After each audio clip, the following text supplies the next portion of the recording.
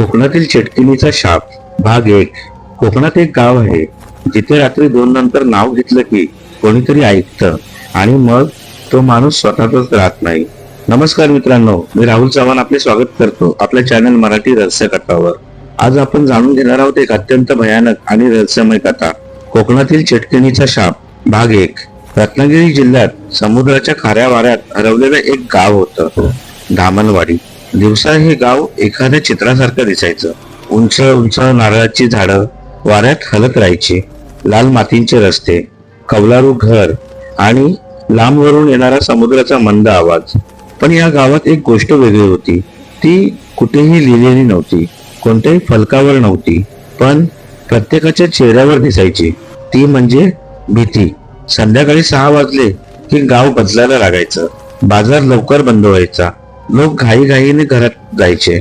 लहान मुलांना आत खेचलं जायचं आणि एक वाक्य सगळीकडे ऐकू यायचं, लवकर आत ये. पण या वाक्यामागे कारण कोणी सांगत नव्हतं. मिहीर पुण्यातला एक तरुण, तो काही दिवसांसाठी त्याचा मित्र सचिन याच्या गावी आला होता. त्याला हे सगळं खूप वेगळं वाटत होतं. पहिल्याच दिवशी त्याने विचारलं, अरे तुमचं गाव इतकं शांत का होतं संध्याकाळी? सचिन थोडा वेळ शांत राहिला, मग हसत म्हणाला, गाव आहे, लोक लवकर झोपतात. मिहीरला ते उत्तर पटलेलं नव्हतं, कारण त्या शांततेमध्ये एक विचित्र ताण होता, जणू काहीतरी दाबून ठेवलेला आहे. दुसऱ्या दिवशी मिहीर गावात फिरायला गेला. तो एका वयोवृद्ध आजीजवळ थांबला. त्या रस्त्याच्या कडेला बसल्या होत्या. त्यांनी मिहीरकडे पाहिलं आणि अचानक म्हणाल्या, बाळा, रात्री बाहेर राहू नकोस. मिहीर हसला. का आजी? त्या काही बोलल्या नाहीत, फक्त एकच वाक्य म्हणाल्या, वेळ झाली की सगळं बदलतं. त्या शब्दांनी मिहीरच्या मनात काहीतरी हल्लं, पण तरीही त्याने त्याकडे जास्त लक्ष दिलं नाही. रात्री जेवण झाल्यावर मिहीर आणि सचिन गप्पा मारत बसले होते. मिहीरने पुन्हा विचारलं, तुमचं गाव काहीतरी लपवतंय ना? सचिन यावेळी गंभीर झाला. त्याने हळू आवाजात सांगितलं, इथे एक नियम आहे. मिहीर पुढे झुकला. काय? सचिन म्हणाला, रात्री 2 नंतर कोणाचं नाव घेऊ नकोस. मिहीर काही सेकंद शांत राहिला, मग हसला. बस एवढंच? सचिन हसला नाही. तो फक्त म्हणाला, तू हे सिरियसली घे. मिहीरने दुर्लक्ष केलं. त्या रात्री तो झोपायला गेला. घरात सगळे झोपले होते. बाहेर पूर्ण शांतता. त्याने मोबाईल पाहिला. घड्याळात 1:53 झाले होते. त्याला झोप लागत नव्हती. हवा जड वाटत होती, जणू खोलीत काहीतरी थांबून आहे. तो उठला, खिडकीजवळ गेला. बाहेर अंधार होता, पण त्याला काहीतरी जाणवलं, जणू कोणीतरी तिथे उभा आहे. त्याने डोळे ताणून पाहिलं आणि त्याला दिसलं, घरासमोर एक स्त्री उभी होती.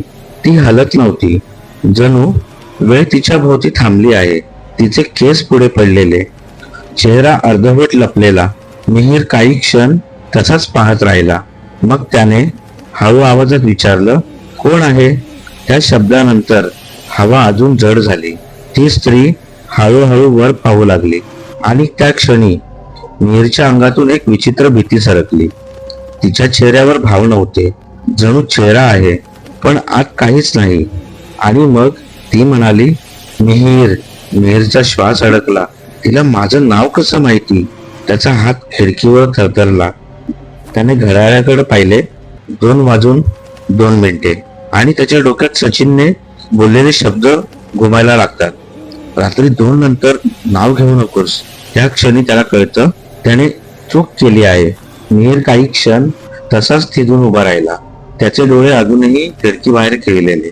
ती स्त्री अजूनही तिथेच उभी होती, हलत नव्हती, पण तिची नजर बदलली होती. आता ती थेट मिहीरकडे पाहत होती, जणू तिला माहिती होतं तो तिला पाहतोय. मिहीरचा घसा कोरडा पडला. तो हळूहळू मागे सरकला.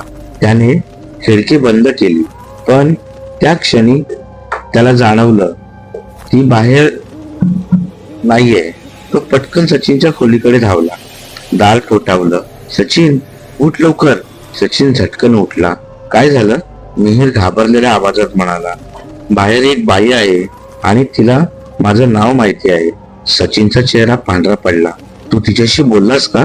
मी फक्त विचारलं. सचिनने डोळे बंद केले. अरे यार, तू तिला जागं केलं. त्या शब्दांनी खोलीत एक जड शांतता पसरली. तेवढ्यात खिडकीवरून हलका आवाज आला. टक. दोघेही घाबरले. पुन्हा टक टक. जणू कोणी खिडकीवरून बोट फिरवत आहे. मिहीर कुजबुजला. ती अजूनही तिथे आहे. सचिन म्हणाला, ती आता जाणार नाही. मग अचानक आवाज थांबला. पूर्ण शांतता. मिहीरचा श्वास अडकला. गेली का? सचिन उत्तर देणार इतक्यात घराच्या आतून आवाज आला. खस खस खस. दोघांचेही डोळे दरवाजाकडे वळले. तो आवाज बाहेरून नव्हता, तो घराच्या आतून येत होता. जणू काहीतरी हळूहळू त्यांच्याकडे येत होतं. मिहीरच्या अंगातून भीतीची लहर गेली. ते शक्य नाही, तो कुजबुजला. सचिनने हळू आवाजात सांगितलं, ती आत आली आहे. मिहीरचा श्वास थांबला. कसं? सचिनने दरवाजाकडे बोट दाखवलं. ती दारातून येत नाही, ती नावातून येते. त्या वाक्यानंतर दरवाजाच्या खालच्या पटीतून काहीतरी हललं आणि हळूहळू एक बोट, काळसर बोट आत सरकलं. जणू ते जमिनीवरून ओढत आत येत आहे. मिहीर मागे सरकला. त्याचे पाय थरथरत होते. बोट अजून आत आलं. त्याच्या मागे घरात अंधार पसरत गेला. मग त्या पटीतून एक चेहरा दिसू लागला. रेषा विस्फटलेल्या, आकार बरोबर पण भाव चुकीचे. जणू कोणीतरी मानवी चेहरा बनवण्याचा प्रयत्न केला, पण पूर्ण झाला नाही. ती हळू आवाजात म्हणाली, मिहीर. आता तो आवाज बाहेरून नव्हता, तो अगदी जवळून येत होता. जणू ती दरवाजाच्या पलीकडे नाही, तर आतच उभी आहे. सचिनने पटकन कोपऱ्यातून एक डबा काढला. त्याने लालसर पूड दरवाजाजवळ टाकायला सुरुवात केली. हे काय आहे? मिहीरने विचारले. आजीने दिले थांबवायला, सचिन म्हणाला. क्षणभर काहीच घडलं नाही. मग अचानक त्या फटीतलं बोट मागे गेलं आणि एक जळल्यासारखा आवाज झाला. रस. आणि सगळं शांत झालं. दोघेही काही सेकंद तसंच उभे राहिले. मिहीरने हळू आवाजात विचारलं, गेली का? सचिन म्हणाला, ती थांबली आहे, गेली नाही. तेवढ्यात छतावरून आवाज आला. खार खार. दोघांनी वर पाहिलं. अंधार, पण त्या अंधारात काहीतरी हलत होतं. मग छताच्या कोपऱ्यात एक भेग पडली आणि त्या भेगेतून एक चेहरा खाली झुकला, उलटा. ती वरून त्यांच्याकडे पाहत होती. छताच्या कोपऱ्यातून खाली झुकलेला तो चेहरा, उलटा, स्थिर पण जिवंत. मिहीरचा श्वास अडकला. त्याला हलताही येत नव्हतं. त्या चेहऱ्यावर स्पष्ट रेषा नव्हत्या, पण तरीही तो त्यांच्याकडे पाहत होता, जणू त्यांना ओळखतोय. सचिनने कुजबुजलं, हलू नकोस. मिहीरने स्वतःला स्थिर केलं. त्या आकृतीचे केस खाली लोंबत होते, हवेत हलत, जणू गुरुत्वाकर्षण तिला लागू होत नाही. मग ती हलली. हळूहळू तिचा चेहरा अजून खाली आला. खर खर. तो आवाज आता अगदी जवळ होता. मिहीरच्या अंगातून थरथर जाणवत होती. त्याने हळू आवाजात विचारलं, ती इथे कशी आली?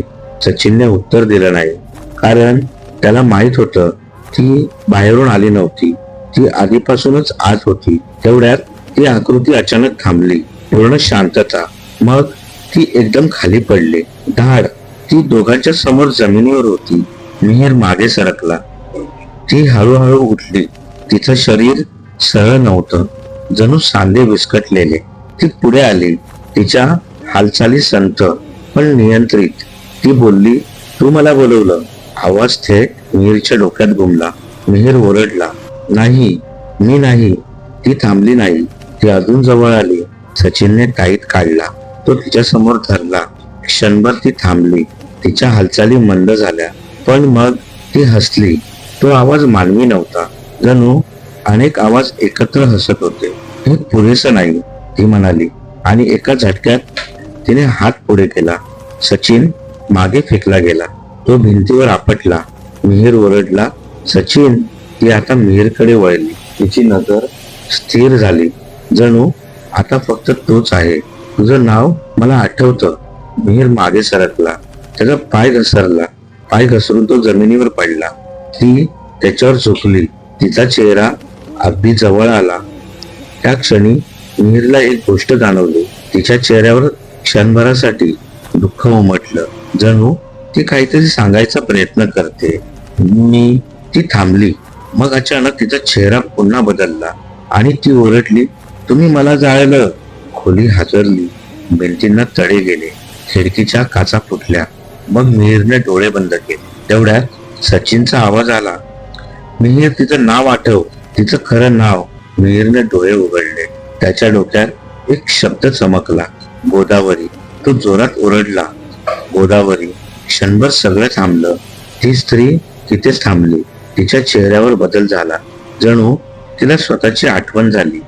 पण हे संपलेलं नव्हतं. गोदावरी हे नाव हवेत घुमलं आणि सगळं थांबलं. ती स्त्री पूर्ण स्थिर झाली.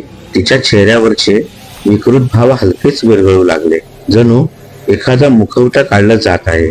पहिल्यांदाच ती ती दिसली, एक साधी स्त्री, डोळ्यात वेदना आणि एक न सांगितलेली कहाणी.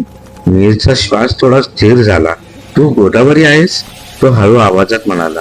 ती काही क्षण शांत राहिली, मग तिच्या ओठांवर हलकी हालचाल झाली. मी होते. तो आवाज खूप हलका होता, जणू अनेक वर्षांनी पहिल्यांदाच कोणी तिचं नाव घेतलं होतं. सचिन हळूहळू उठला. त्याने मिहीरकडे पाहिलं. तिला आठवतंय. मग अचानक खोलीतली हवा पुन्हा बदलली. जमिनीवर सावल्या हलू लागल्या. मिहीरने खाली पाहिलं. मातीसारखा अंधार पसरला होता. त्यातून बोटं बाहेर येत होती. एक, दोन, अनेक. जणू जमीन जिवंत झाली होती. मिहीर घाबरला. हे काय आहे? सचिनने हळू आवाजात सांगितलं. ती एकटी नाही. त्या क्षणी गोदावरीचा चेहरा पुन्हा बदलायला लागला. तिच्या मागे सावल्या तयार होऊ लागल्या, जणू अनेक लोक तिच्या सोबत उभे आहेत. फक्त मला नाही. तिचा आवाज आता अनेक थरांमध्ये घुमला. ज्यांना दोष दिला, ज्यांना जाळलं, ज्यांना ऐकलं नाही. मिहीरच्या अंगातून थंडीची लहर गेली. त्याच्या डोक्यात अचानक चित्र चमकली. गाव, लोकांचा जमाव, आग. गोदावरीला ओढलं जात आहे. ती काहीतरी सांगते आहे, पण कोणी ऐकत नाही. मी नाही, मी काही नाही केलं, पण कोणी थांबत नाही. आग पेटते आणि त्या आगीत फक्त तिचं शरीर जळत नाही, तिचा राग या जमिनीत साठतो. मिहीरने डोळे उघडले. तो थरथरत होता. ती निरपराध होती. तो फुटफुटला. गोदावरीने त्याच्याकडे पाहिलं, जणू ती त्या शब्दांची वाट पाहत होती. हो, ती म्हणाली, पण ती थांबली आणि मग हळू आवाजात म्हणाली, त्यांनी ऐकलं नाही. त्या क्षणी सगळ्या सावल्या पुढे सरकावल्या. जमिनीवरचे हात वर आले, जणू ते सगळे मिहीरकडे येत होते.